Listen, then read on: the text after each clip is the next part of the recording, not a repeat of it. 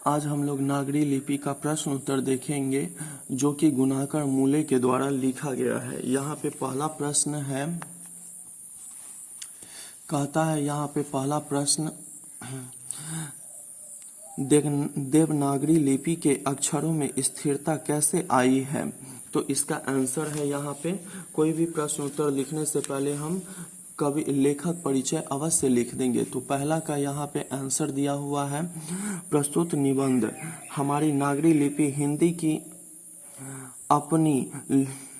हिंदी की अपनी लिपि नागरी अर्थात देवनागरी के ऐतिहासिक विकास की रूपरेखा स्पष्ट करने वाले लेखक गुणाकर मूले की एक सफल रचना है। प्रस्तुत पाठ में गुणाकर जी बताते हैं कि 2 सदी पहले देवनागरी लिपि के टाइप बने और इसमें पुस्तकें छपने लगी, तब जाकर इस लिपि के अक्षरों में स्थिरता आई है। 2 नंबर क्वेश्चन है, यहाँ पर कहता है देवनागरी लिपि में कौन सी भाषाएं लिखी जाती है।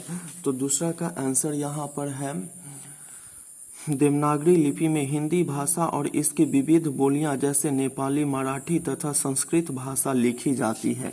तीसरा क्वेश्चन है, यहाँ पर लेखक ने किन भारतीय लिपियों से देवनागरी का संबंध बताया है। तो 3 का आंसर है, यहाँ पर लेखक ने गुजराती, बंगला, तमिल, तेलुगु, कन्नड़ और मलयालम लिपियों से देवनागरी लिपि का संबंध बताया है। अगला क्वेश्चन है, चौथा नंबर, नंदी नागरी किसे कहते हैं, किस प्रसंग में लेखक ने उसका उल्लेख किया है।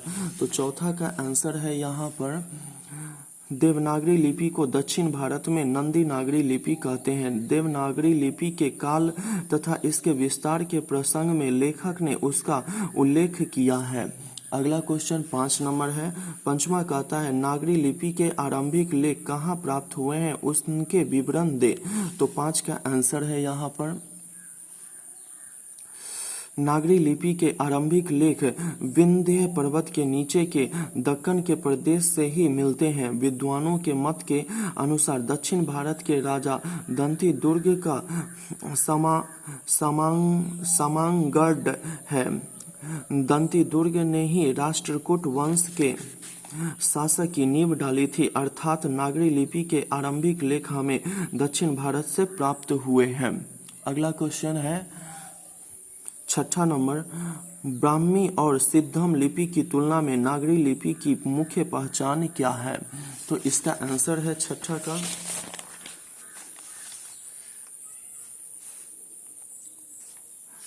गुप्त काल की ब्राह्मी लिपि तथा उसके बाद की सिद्धम लिपि के अक्षरों के सिरों पर छोटी आड़ी लकीरें या छोटे ठोस तिकोन है, लेकिन नागरी लिपि की मुख्य पहचान यह है कि इसके अक्षरों के सिरों पर पूरी लकीरें बन जाती है और ये सिरों रेखाएं उतनी ही लंबी रहती है जितनी कि अक्षरों की चौड़ाई होती है। अगला है 7 नंबर क्वेश्चन, उत्तर भारत में किन शासकों के प्राचीन नागरी लेख प्राप्त हुए हैं। तो 7 का आंसर है, यहाँ पर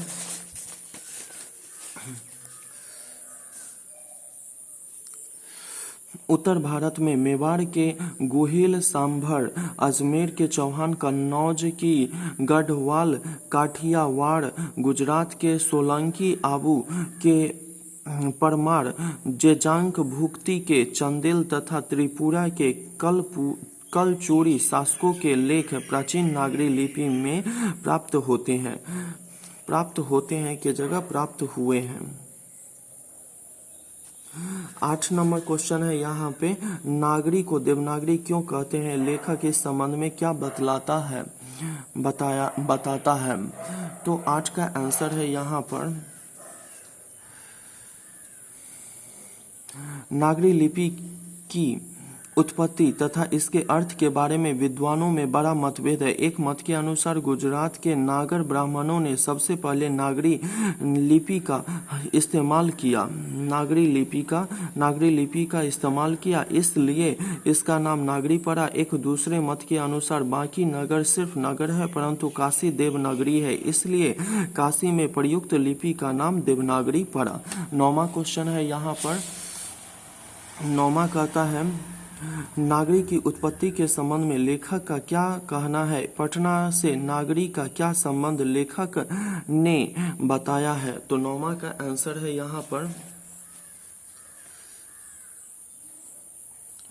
लेखक के अनुसार नागरी शब्द किसी नगर से संबंधित था और शायद वह नगर पाटलिपुत्र ही था, जिसकी जानकारी हमें परताड़ितकम से पता चलता है। 10वां क्वेश्चन है यहाँ पे, नागरी लिपि कब एक सार्वदेशिक लिपि थी? तो ईसा की 8वीं से 11वीं सदियों में नागरी लिपि पूरे देश में व्याप्त थी, अतः उस समय यह एक सार्वदेशिक लिपि थी।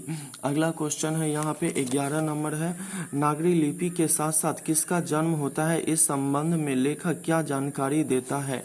तो 11 का आंसर है यहाँ पर नागरी लिपि के साथ साथ अनेक प्रादेशिक भाषाओं ने भी जन्म लिया है। 8वीं 9वीं सदी से आरंभिक हिंदी का साहित्य मिलने लग जाता है। इसी काल में आर्य भाषा परिवार की आधुनिक भाषाएं मराठी, बांग्ला आदि जन्म ले रही थी।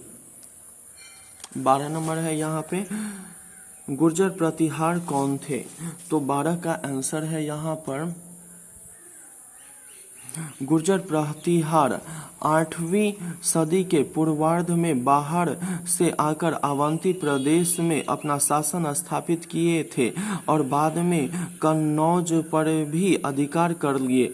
इनके प्रमुख राजा मिहिर भोज, महेंद्र पाल आदि थे। 13 नंबर क्वेश्चन है यहाँ पर, निबंध के आधार पर कालक्रम से नागरी लेखों से संबंधित प्रमाण प्रस्तुत करें। तो 13 नंबर का आंसर है यहाँ पर